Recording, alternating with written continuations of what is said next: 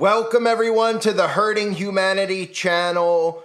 This is a really important narrative to pay attention to after everything we saw with Helene and Milton. And of course, this is problem, reaction, solution. But I bet this is probably one that many people out there didn't think they would hear. But if you understand what they're trying to do with destroying infrastructure, then it makes perfect sense, right?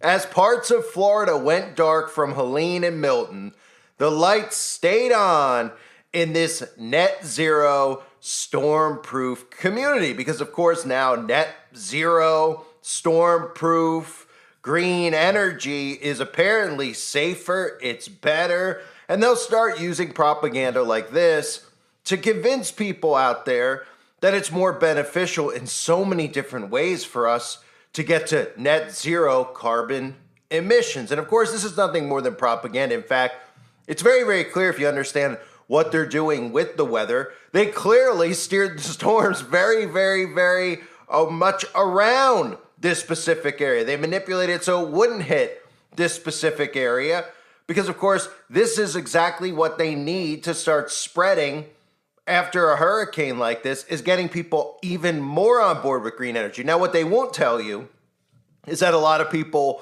who had electric cars parked in their garage, well, their homes caught fire, because that's the type of news that they don't really want you paying attention to, right? If you're not familiar, a lot of these electric vehicles tend to explode like bombs during hurricanes or during any type of actual flooding. But for now, the propaganda has to be storm-proof community, because this immediately plants seeds in people's heads that if we could build these storm-proof communities, we could all be safe from this weather. But what these people fail to realize is that all these weather phenomenons are happening because we're under assault from our own government. And the result of that assault, if they don't kill you, is for you to eventually cave in, or be forced in, I should say, into living in one of these net zero storm-proof enslavement communities. And these people literally are living in a dystopia. Anyone out there that thinks that this is beneficial to humanity, what you have to understand about the net zero stuff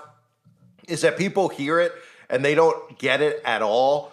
And like I keep mentioning about the alt-right media, they talk about, well, these people just want to make a lot of money because they're invested in green energy. This is enslavement. This is rationing at its finest. These communities that run on net zero, that run on green energy, you will be living like a prisoner in a prison cell, just instead it'll be called a community. You'll be rationing electricity, but you'll be thankful that you have it in the first place, because you'll just be glad that you have electricity. You'll be glad that you have a home, a roof over your head. What you fail to realize is that you might as well have just become a prisoner and went away to jail, because it's the same exact thing, because all the problems that are happening by design, via sabotage. So This is an article from CNN. The developers of the new Hunters Point community, Pearl Homes, build the property as the first net zero single family home development in the U.S., meaning residents produce more energy from solar panels than they need, with the excess energy either being stored or sold back to the grid in a state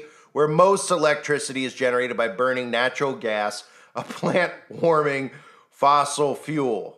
And again, another one of the mindsets they're going to have in this dystopia is people are going to say, well, it's more than we need, so we can share it with others, which of course is a perfectly fine mindset if this was actually happening organically. The problem is that it's not happening organically. We have an overabundance of energy that we already can use, that we don't need to share with one another. Of course, they charge us out the rear end for the price of electricity these days, but these are all things that they're doing by design. Now, if we were all starting from scratch and we didn't have anything in place and we were building something out, we'd all say, hey, yeah, let's, we have X amount of energy, let's share it with each other. But if you found out that the government was doing this via sabotage, then you probably would start to be angry and say, well, we don't need to live like this. We don't have to live like this. But they want you to feel like, well, you have to live like this. This is the only solution, because the problems out there keep occurring with carbon emissions, but they don't actually keep occurring. The government's creating all of these problems so that you live like a prisoner. So somehow, isn't that convenient that these developers at Hunters Point community, right nestled between Sarasota Bay and southwestern Tampa, isn't it convenient that this is the first net zero single family home development in the US and it didn't get wiped out by the hurricanes. So do you understand how this works when they talk about being able to steer the weather? What was the quote of Bill Gates? Wasn't Bloomberg calling him the hurricane tamer? Why were they calling him the hurricane tamer? Oh, because these people have already admitted in the past that they have the ability to steer these storms where they want to steer them. So why in the world would they actually hit one of their net zero communities? Now, the people who have created this community, I'm sure, are 33rd degree Freemasons, probably way worse than that. Okay, they're billionaires, obviously, being involved on the coast down there in Tampa. So, of course, there was some type of deal in place where they said, look, we'll make sure it doesn't get hit so we can start feeding the propaganda out right after the hurricane, how all the houses surrounding the area, which they go out of their way in the article to show you all the houses that are destroyed right around the area. But these just sit perfectly. In fact, they look like they got a power wash. They look perfect. Look like somebody got some Windex and cleaned it up real nice for the photo op, so that they could tell you that. Can you believe it? These carbon emissions homes are hurricane proof. Wow, that is really convenient. So it goes on to say they also boost some of the most sustainable, energy efficient, and hurricane proof homes in the country. The streets surrounding the homes are intentionally designed to flood so houses don't. Power and internet lines are buried to avoid wind damage. The sturdy concrete walls, hurricane-proof windows, and doors are fortified with a layer of foam insulation, providing extra safety against the most violent storms. Climate resiliency and storm protection were built into the fabric of the homes, and while the newly developed homes have endured a few storms since people moved in around February 2023, Hurricanes Helene and Milton put those features to the true test over the last 2 weeks.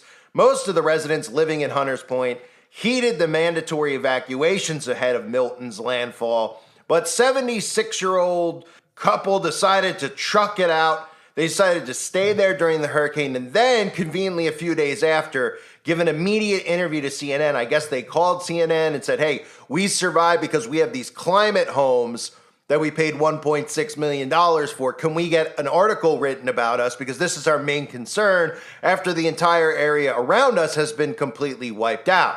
All right, because that makes sense. But again, people don't think like that. So they must have just went down there knocking on doors, and they happened to find the one guy who stayed during the storm, because it says that there was mandatory evacuations and everybody but this one couple left, and they happened to notify CNN that this couple stayed, and they wanted to immediately interview them. I mean, give me a break.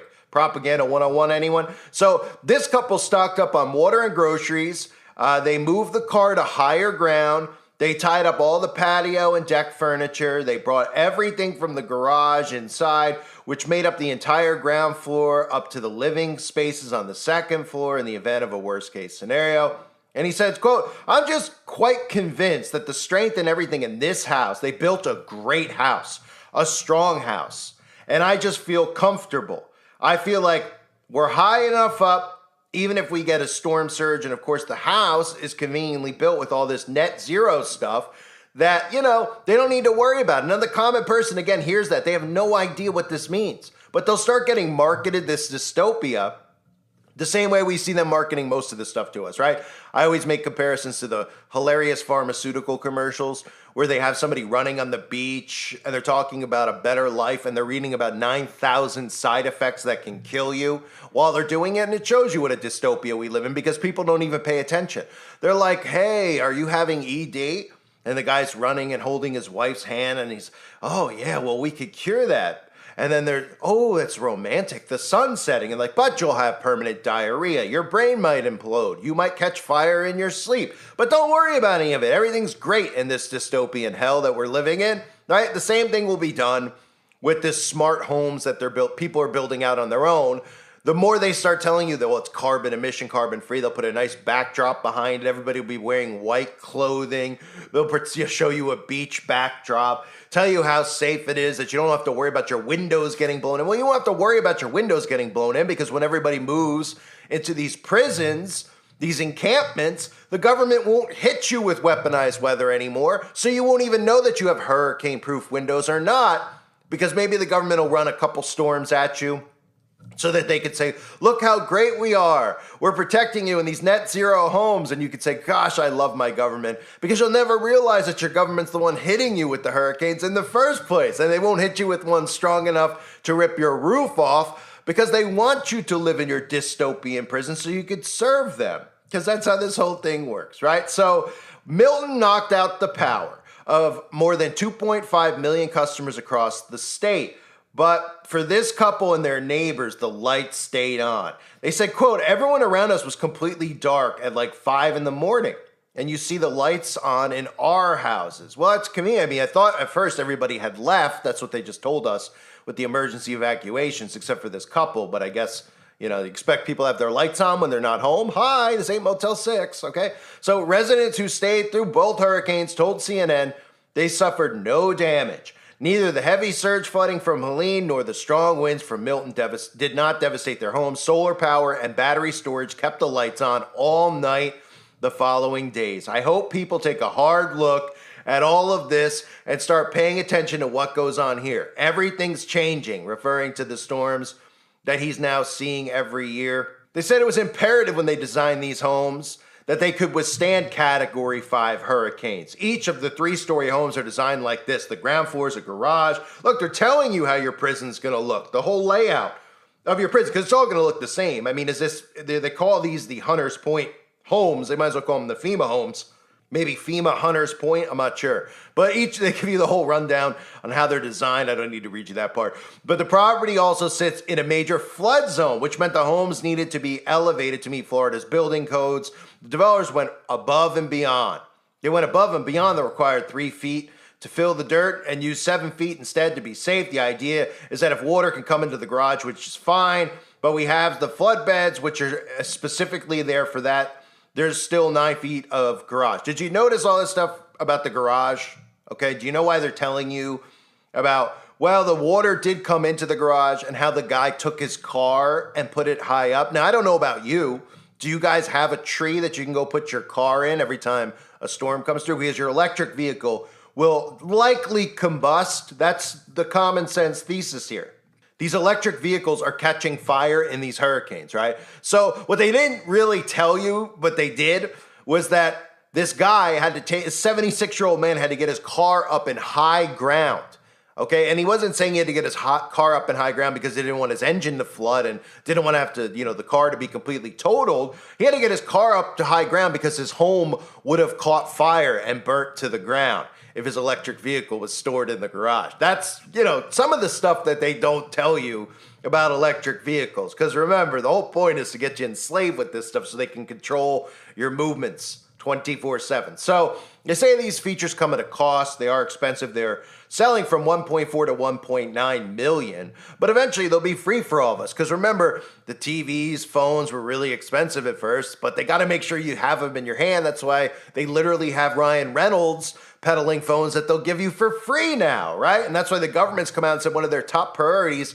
is have the internet hooked up all around the earth. Well, it's not for your convenience to do a Google search. It's to hook you up to the internet of bodies. So they say in a climate change ravaged future, Hunters Point residents say they need to prepare for what's to come, underscoring more homes need to be built and designed this way. Of course they do.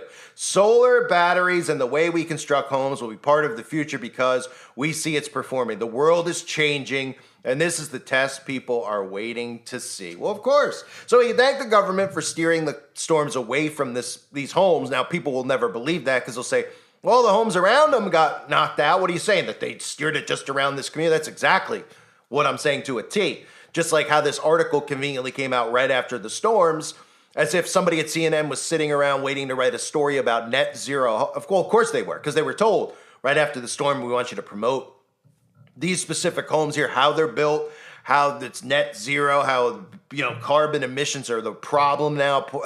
Hurricanes aren't hitting homes, apparently, that are net zero. And then they're saying, well, they are hitting them, but these homes are built so much stronger. Well, then why don't people just build their homes stronger and still not go to net zero? They didn't explain that part, right? They are building homes with hurricane-proof windows and all this other stuff. They didn't hit it the way that they hit the other regions on purpose. That's all that it comes down to, right? But they'll market this to people and they'll fall for it because most people are actually suckers, and people out there can't read between the lines as to why his car had to be put up at some high elevation somewhere, not in his garage. Is that something that you have planned? If you hear a hurricane's coming, you're thinking, oh, I got to border up my windows and my door, and I need food, I need water. Are you thinking about, I better get my car out of the garage because I don't want my house to burn to the ground in addition to actually being flooded, because that's what will actually occur. But they don't tell you those things. Unbelievable, folks. So every one of these stories, you'll always see an agenda. And this one, well, the lights stayed on in that net zero storm-proof community. You better move into one soon because your prison awaits you. I thank everybody for being here. Hope you're all doing well. God bless you and your families as always.